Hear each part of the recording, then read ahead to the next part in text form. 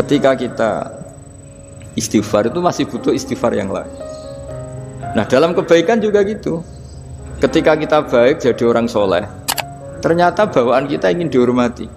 Dulu sebelum kita soleh itu ya kalau di majelis di belakang nggak tersinggung, nggak diperlakukan khusus, nggak tersinggung. Tapi setelah kita soleh, setelah kita kiai, setelah kita dosen, setelah kita rektor, kalau nggak duduk di depan tuh kayak nggak diregani. Itu ya termasuk mental-mental yang kurang baik kalau dalam ilmu tasawuf. Justru setelah kita terpelajar, malah permintaannya aneh-aneh.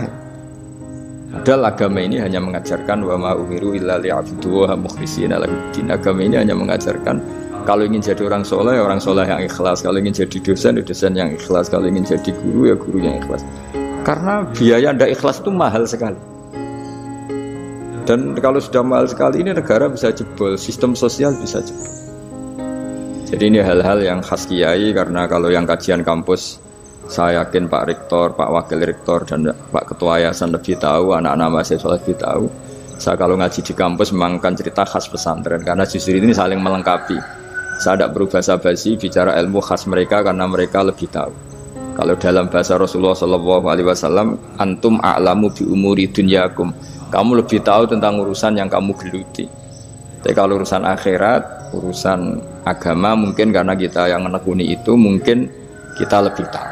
Nah, di antara ilmu yang saya utarakan hari ini, sore ini, bahwa orang soleh sendiri itu sebetulnya nanti masih ditanya sama Allah tadi. Kenapa kamu nyembah saya? Karena ingin masuk surga. Kenapa kamu nyembah saya? Takut neraka. Lalu kamu tidak hormat saya, kata Allah, ketika saya tidak bikin surga, tidak bikin neraka. Akhirnya mereka sadar bahwa ibadah itu harus murni karena Allah Subhanahu wa ta'ala, bukan karena takut masuk neraka, juga bukan karena ingin masuk surga.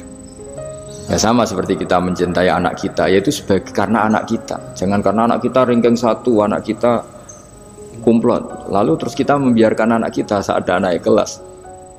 Toh tetap anak kita. Saya mencintai suami saya karena dosen penghasilannya banyak, lalu suatu saat kalau ada masalah di PHK atau ada masalah terus tidak suami kan.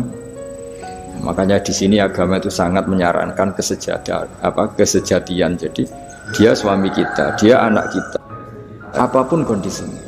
Nah kira-kira gitulah, ikhlas itu kira-kira seperti itu. Jadi jangan sampai alasan-alasan yang bersifat materialistik itu yang menjadikan kita mencintai istri karena cantik, mencintai suami karena hasilnya besar. Suatu saat kalau itu berubah, kita akan masalah.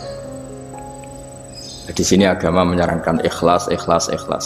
Makanya semua kitab di khazanah kita dimulai bab niat. Bab niat itu begini. Sehingga ada seorang yang tanya, kenapa ahli surga masuk surga selamanya, padahal amalnya paling banter 80 tahun. Tetapi kenapa ahli neraka akhirnya masuk neraka sampai selamanya, padahal kalaupun dia bejat hanya 80 tahun. Itu dijawab oleh ulama-ulama. Orang mukmin itu berkomitmen akan iman andikan hidupnya selama-lamanya, sehingga dibalas dengan masuk surga selama-lamanya. Sementara orang yang fasik, yang berbuat hanya mengumbar nafsu, bayangan dia kalaupun hidup 1000 tahun ya akan begitu terus. Dan dia ketika mati dengan status dia berencana andikan sehat maksiat terus. Karena punya rencana seperti itu diganjar neraka yang selamanya lama. Maka saya mohon niat ini juga yang harus mengilhami para rektor, para dosen.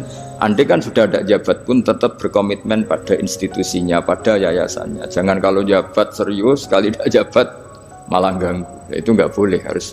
Saya sendiri juga gitu. Saya populer apa enggak, saya keren apa enggak, saya akan berkomitmen tetap mengkhidmati agama ini.